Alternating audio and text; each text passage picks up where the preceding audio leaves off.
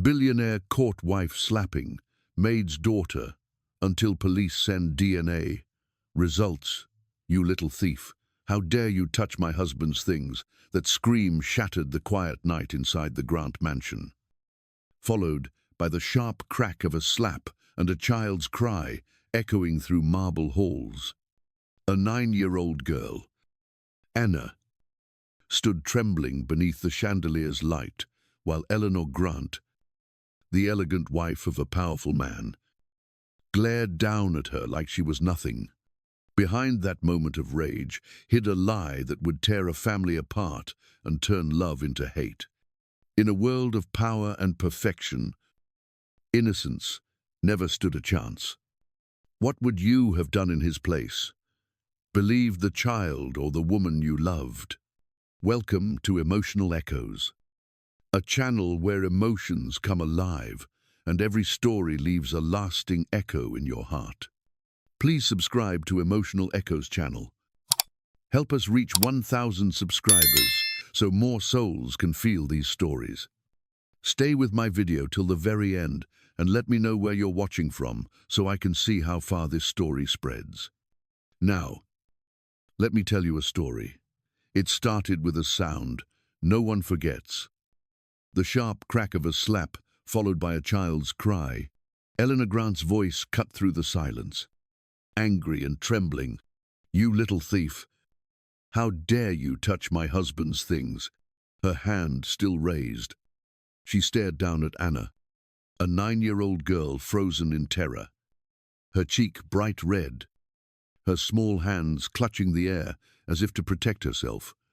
The porcelain vase beside them shattered. Pieces scattered across the marble floor. Michael Grant stepped into the room just as the fragments stopped rolling. For a second, he couldn't understand what he was seeing. His wife, the woman who hosted charity dinners and smiled before cameras, standing over a child like a judge at an execution. Eleanor turned, her voice cracking with feigned emotion. She stole from me. Michael, I caught her red-handed. Anna shook her head, tears spilling down her face. I didn't steal anything. Please. See. He didn't. Michael's jaw tightened. His instinct told him something was off, but Eleanor's tone was firm. Practiced.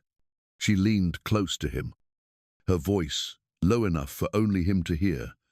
She's been sneaking into your office. Michael, maybe she's looking for something. Maybe her mother told her to. The words landed like poison. He remembered Maria, the quiet housekeeper, always tired but loyal. Was it possible? Anna's small frame trembled as Eleanor's accusation hung in the air. The girl tried to speak again, but her voice broke. I was just cleaning. Ma'am, I didn't mean to.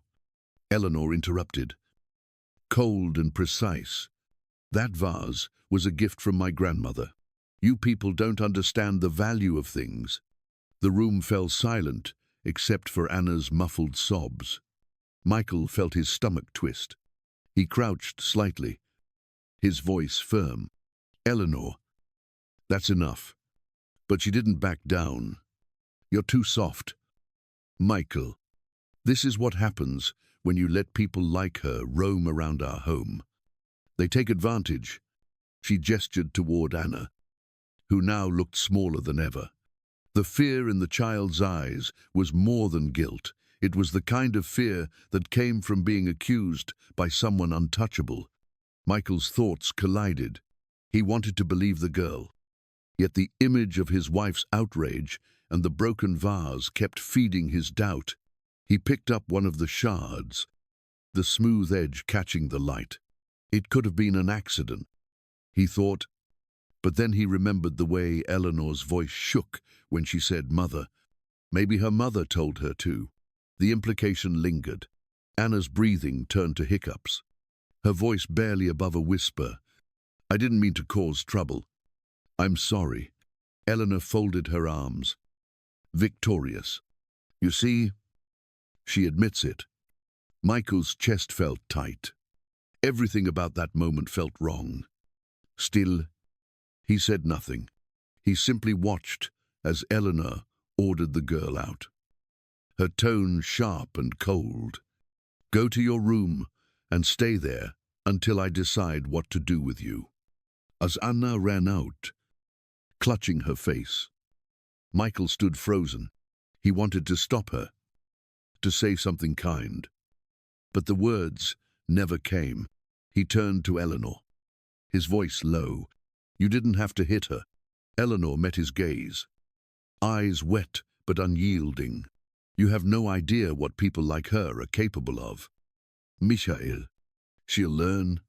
Later, alone in the hallway, Michael heard Anna crying softly behind the closed door. He pressed his hand against the wall, unsure what he was really hearing: fear, pain, or his own conscience whispering that something was terribly wrong. That night, he told himself it was just a misunderstanding. He thought he had walked into chaos. He didn't know he had stepped into a lie that would destroy everything he believed about his home. Eleanor moved quickly after that night, like someone who had already written the next act of a play. She needed Michael to see Anna not as a frightened child, but as a liar.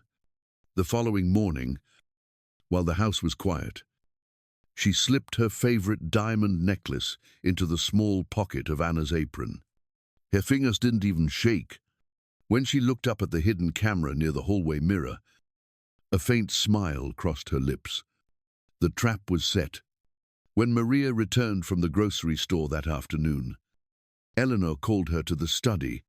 Michael was already there, his face cold, his eyes distant.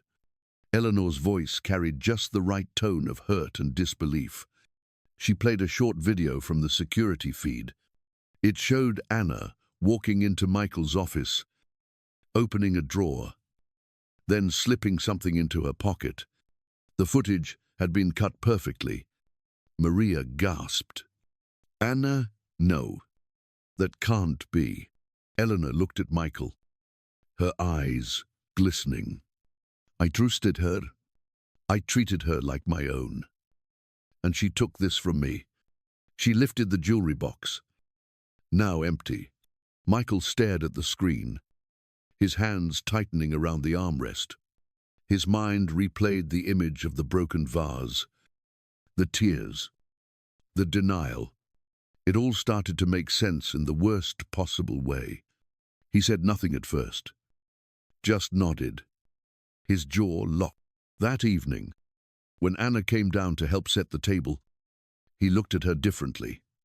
It was the kind of look that strips warmth from the air. She noticed, even if she didn't understand.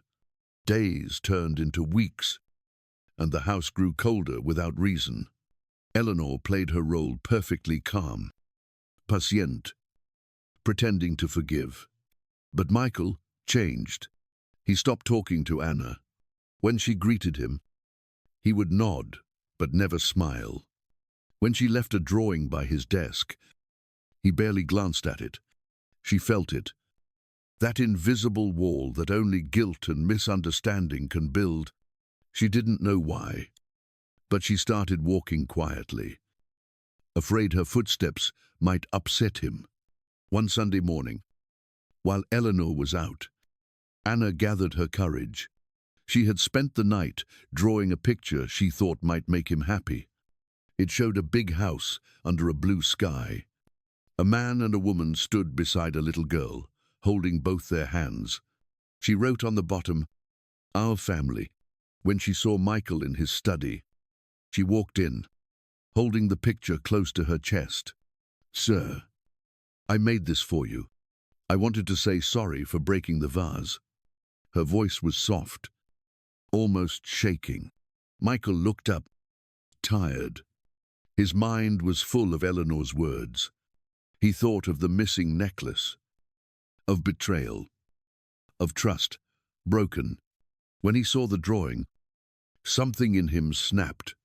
He took it from her hands, his expression unreadable. For a second, Her eyes met his, searching for mercy, but there was none left in him. Then, without a word, he tore it in half. The sound of paper ripping filled the room like thunder. Anna froze, eyes wide, breath caught in her throat. Michael's voice came out keyed, but sharp. "Don't ever come into my office again." She stood there, still holding the torn pieces, as if they might heal if she just pressed them together. Her lips trembled, but no sound came. After a few seconds, she whispered, "I didn't steal anything. I just wanted you to smile again." He didn't look at her. The silence between them felt heavier than any punishment. She turned and ran, holding the broken drawing like it was her heart. That night, Michael couldn't sleep. He kept hearing the sound of paper tearing and the small gasp she made. He told himself he was doing the right thing, teaching her boundaries, keeping order in his home. But deep inside, something unsettled grew stronger. He didn't know it yet. But what Eleanor had planted was more than suspicion. It was a seed of hate, small but deadly, already taking root in a place that once held kindness. Maria waited until the house was quiet before she knocked on Michael's study door. Her eyes were swollen, her hands trembling as she clutched a worn envelope. Michael looked up, tired and distracted, still haunted by the way Anna had looked at him before running away. He noticed the fear in Maria's face and gestured for her to come in. She hesitated, as if what she was about to say might destroy everything left standing. "Mr. Grant, I can't stay quiet anymore," she said, her voice breaking. "There are things you need to know about Anna, about her mother." Michael frowned, confused. What does her mother have to do with this? Maria pressed the envelope against her chest like it was a shield. "Because her mother was someone you once loved. Her name was Laura Carter." The name hit him like a blow. He leaned back, the room spinning slightly. Laura. He hadn't heard that name in almost a decade. Maria continued, her words tumbling out as if they'd been trapped for years. "Before Mrs. Grant hired me, I worked for Laura. She was kind, but she lived in fear. Eleanor came to see her once, years ago. Right after your engagement was announced, she threatened her. Mr. Grant said she would ruin Laura's life if she didn't leave you." Michael stared at her, the air thick and heavy. "That can't be true." "Eleanor wouldn't." Maria shook her head. "She did. I was there. She said no one would believe Laura because Eleanor had power, money, and your name." Michael's breath grew shallow. He remembered that time, how suddenly Laura had vanished. No note. No closure. He'd spent months trying to find her, then told himself she must have chosen to move on. Maria's voice softened. Laura didn't move on. Sire. She was pregnant. She left because she thought it was the only way to protect her child. Her health got worse after the baby was born. She tried to write you, but her letters kept coming back unopened. She was dying, and her only wish was that her daughter would grow up safe. She asked me to take care of her. Michael felt his legs weaken. He gripped the edge of the desk to steady himself. "Are you saying Anna is—" Maria nodded, tears streaming down her face. "Yes, she's your daughter. Laura never told you because she believed Eleanor would destroy the child just to hurt her. She made me promise to hide the truth. For years, I kept it, even when it broke me. But now, seeing what's happening to Anna, I can't stay silent anymore." For a long moment, Michael couldn't speak. His thoughts collided in chaos. The nights he'd watched Anna draw quietly by the window, The way her laughter sometimes reminded him of someone he couldn't quite place.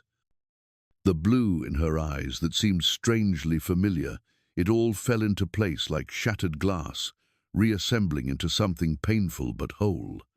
He sank into his chair, voice hoarse. All this time, I hated my own child. Maria placed the envelope on his desk. Inside was a faded photo of Laura holding a baby. Her face was pale but peaceful. On the back, written in shaky handwriting, were the words, "For him, if I can't come back." Michael traced the photo with trembling fingers. The baby's eyes, wide and bright, were unmistakable. They were Anna's. He pressed his hand over his mouth, trying to contain the sound that escaped him, part sob, part broken laugh. He felt the weight of every cruel word he'd spoken, every cold glance, every moment he'd let Eleanor's lies guide him. It was like standing in the wreckage of his own making. Maria whispered, "I tried to tell you once, but Mrs. Grant made it clear what would happen if I did. I'm sorry. Sire, I failed her." Michael shook his head. "No. Maria, I failed both of you." He stared at the floor, his voice low. "I thought I buried my past with Laura, but she never left. She was here all along, in that child's eyes." He looked up again, his expression hollow. "I thought I built my life on truth, but now I see it was all built on a lie, Eleanor's lie. And my blindness." He stood and walked toward the window. Outside, the night pressed against the glass, dark and silent. He could almost hear Laura's voice, soft and distant, like a memory trying to forgive him. He closed his eyes, a single tear sliding down his cheek. The woman he loved had vanished to protect the child he condemned. And now, the only thing left to save was whatever piece of that love still lived in Anna. "I thought the past was buried, but the past had my eyes, and it was calling me Daddy." Eleanor found out the truth 2 days later. The walls in that house had ears, and one of the maids whispered to her that Maria had spoken to Michael late at night. By the time Eleanor stood outside his study, the fury inside her had already hardened into strategy. She didn't scream, didn't confront him. Instead, she smiled, walked upstairs, and opened her jewelry drawer. The space where her diamond necklace used to lie was now empty. Her plan was simple. If Maria had used her mouth, Eleanor would use her power. That evening, she stood in the foyer pretending to panic. Clutching the jewelry box, Michael came down the stairs, startled by the sound of her voice. "My necklace. It's gone. $20,000. Michael, it's gone." He frowned, rubbing his temple. "Are you sure you didn't misplace it?" She shook her head violently. "No, it was right here. I saw Maria near my dressing room earlier. I didn't think much of it until now." She looked straight into his eyes, tears welling at just the right time. "You don't think she would steal from us?" Before Michael could answer, a knock echoed through the hallway. 2 police officers stepped in, led by Eleanor's assistant. She had already called them. The act was perfect. The concerned wife seeking justice, the victim of betrayal in her own home. Maria appeared at the top of the stairs, holding Anna's hand. She froze when she saw the officers. "Mrs. Grant." "What's happening?" Eleanor's voice trembled, but her words were sharp. "I'm sorry, Maria, but my necklace is missing. The police just need to ask a few questions." One of the officers asked permission to check their belongings. Maria's voice cracked. "Please, There must be some mistake. Anna clutched her mother's arm, terrified. The officer searched their room quickly. Within minutes, he returned, holding the necklace wrapped in a napkin. It was found in Anna's small duffel bag. The air left the room like a dying breath. Maria gasped, shaking her head. No, no, that's impossible. She would never. Eleanor covered her mouth as if in shock, her eyes glistening with false disbelief. Michael stared at the necklace. His thoughts spun in chaos. He wanted to believe it was a lie, but the evidence sat in front of him, cold and glittering. Eleanor spoke softly, careful not to sound vindictive. Maybe it wasn't her fault. Maybe her mother needed money. These things happen, Michael. People get desperate. Maria dropped to her knees, her voice shaking. Mr. Grant, please, I swear to you, I would never teach my child to steal. She's innocent. Someone must have put it there. Anna stepped forward, crying so hard she could barely breathe. I didn't take it. I promise. Please don't make them take me. Michael's heart clenched, but his pride and confusion spoke louder. He turned away. Enough. This is a respectable home. I can't have this kind of dishonor here. Take your things and go. Maria tried to reach him, tears streaming down her face. Sir, please. We have nowhere to go. He didn't answer. His voice was flat, distant. Leave. Maria. Tonight. The officers hesitated, unsure if they should proceed. Eleanor nodded slightly, and that was enough. Maria gathered their few belongings with trembling hands. Anna clung to her, sobbing uncontrollably. As they stepped outside, rain began to fall, cold and heavy, soaking through their thin coats. The car headlights glared against the wet pavement. Michael stood in the doorway, watching without moving. Anna turned one last time. Her hair clung to her face, her eyes red and wide. She shouted through the rain, her voice breaking into pieces. Why do you hate me? Mr. Grant, I just wanted to be good. The words hit him like stones. For a brief moment, he almost stepped forward, almost said her name, but pride and guilt pinned his feet to the floor.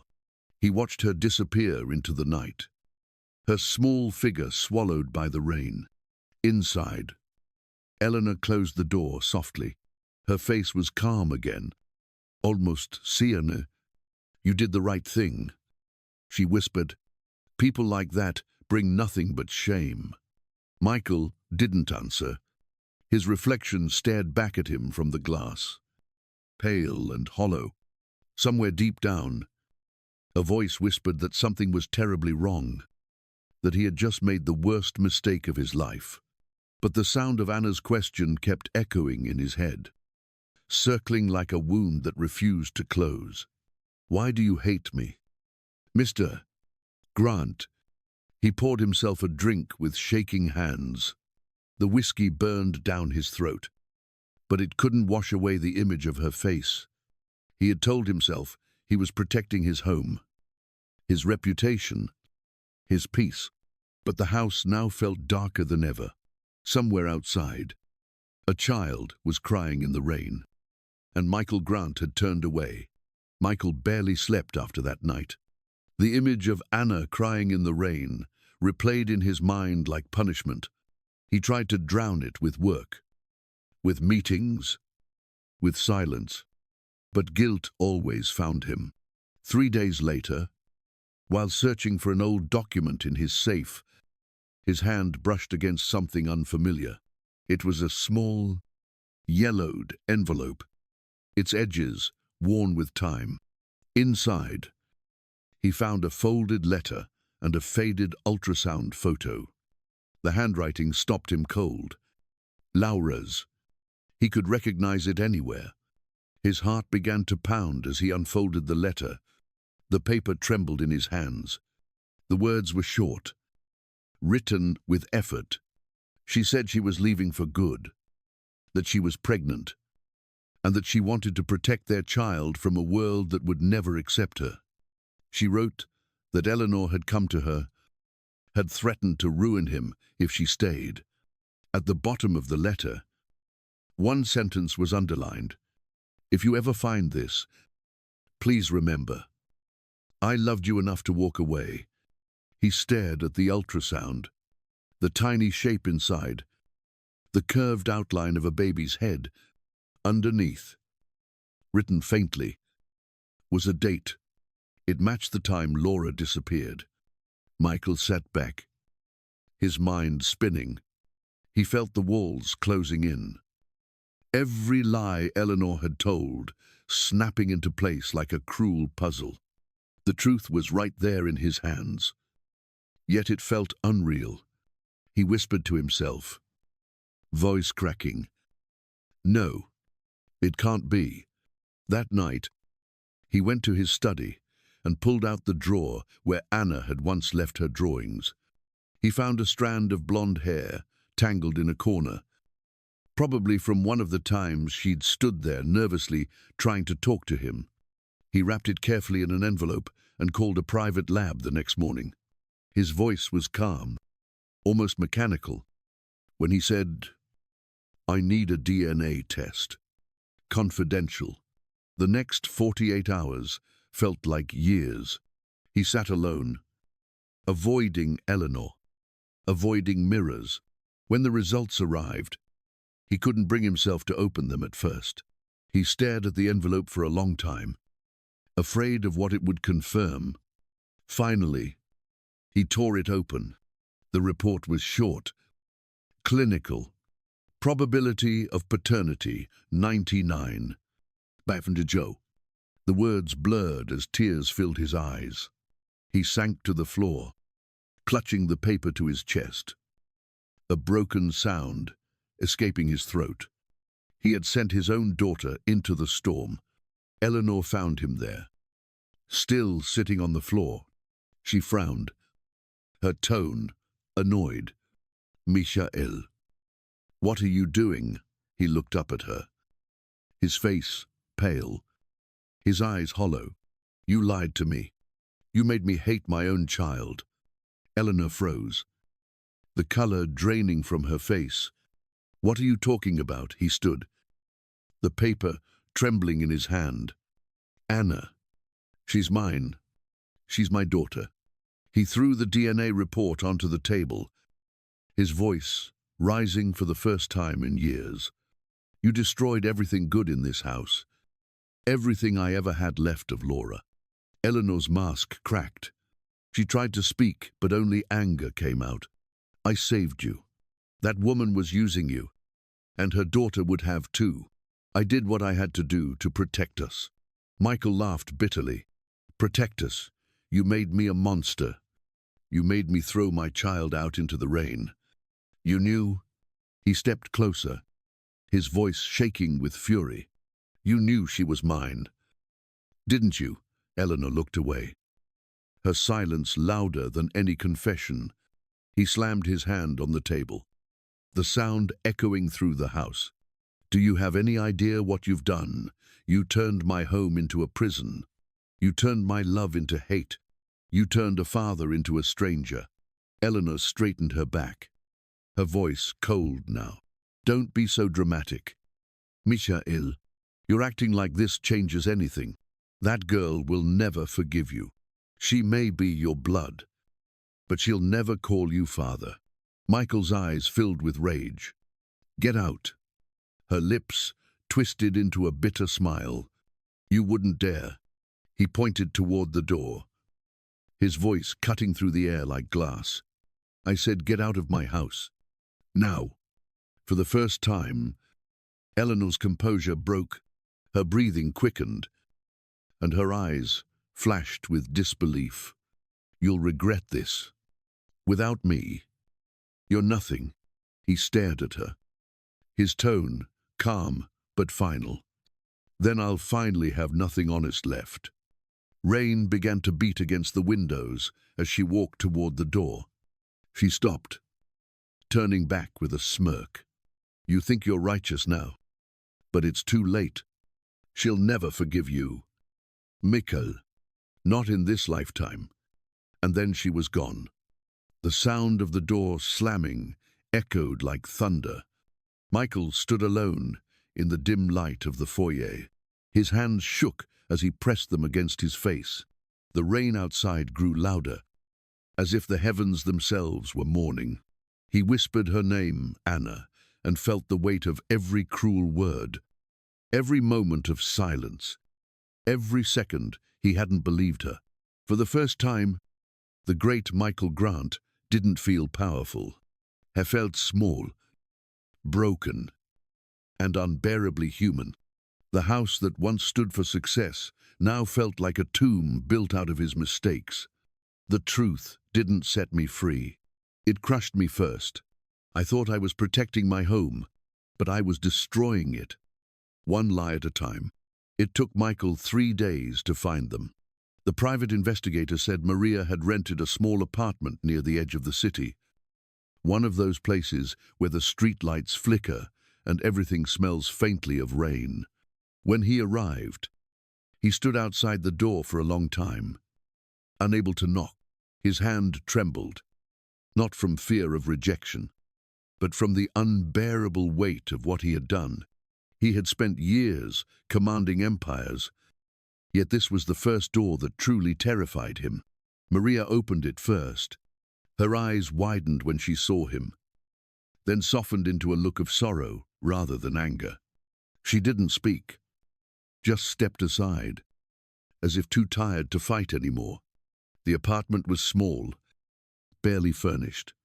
A single lamp cast a weak glow across the room. On the couch, Anna sat quietly, sketching in a small notebook. She didn't look up when he entered. Her shoulders were stiff, her little hands still smudged with pencil. Michael tried to speak, but his throat closed. He had imagined this moment so many times, but every word felt useless. Maria gestured toward a chair. Sit, Mr. Grant. Her voice was calm, but distant. He sat down, his knees weak. Anna's drawing caught his eye. It was a picture of a house, but unlike before. This one was cracked through the middle. He swallowed hard. That's beautiful. Anna. She didn't respond. He leaned forward slightly. I came to say I'm sorry.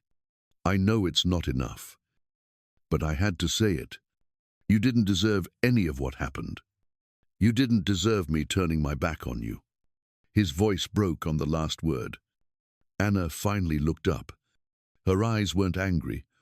They were tired. Old, in a way a child's eyes should never be.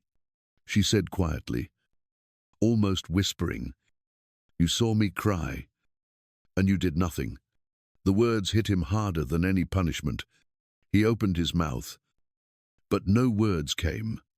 Some apologies lived too late to be spoken. The silence between them stretched, heavy and unrelenting.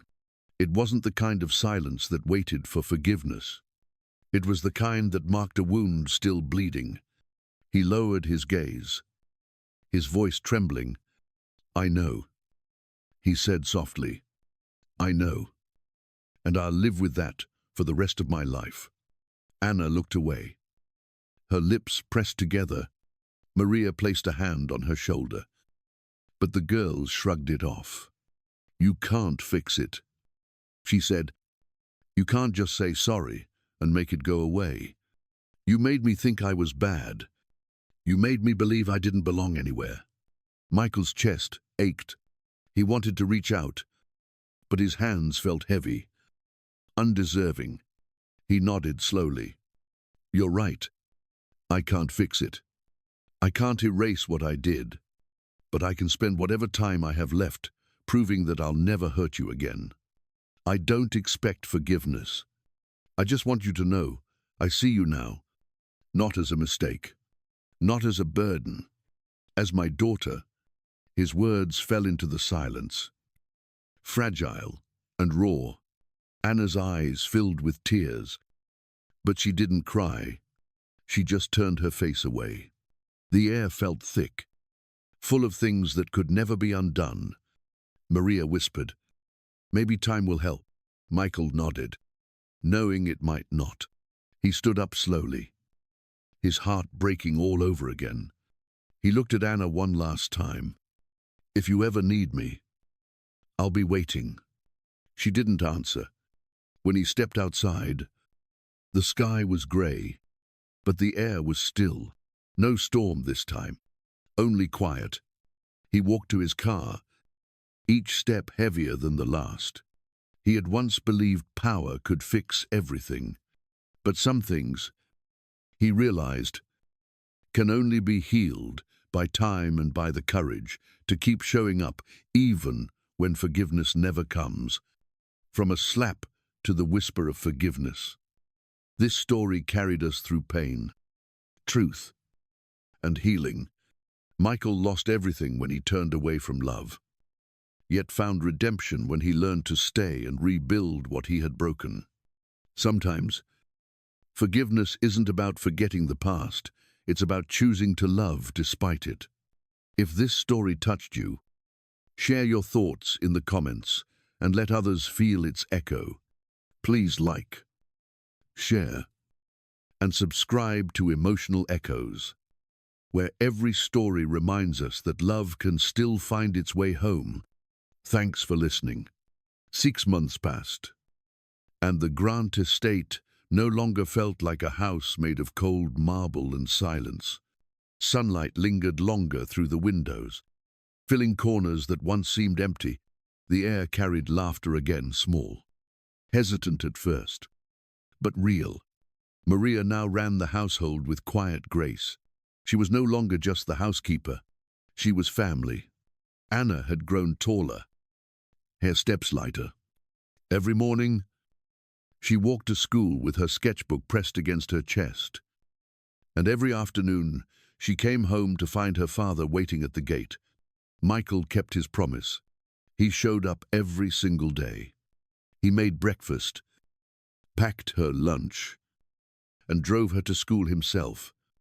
Even when the boardroom called, he was still learning how to be a father. But every mistake was made with love now. There were moments when the past tried to sneak in the rain, tapping on the windows.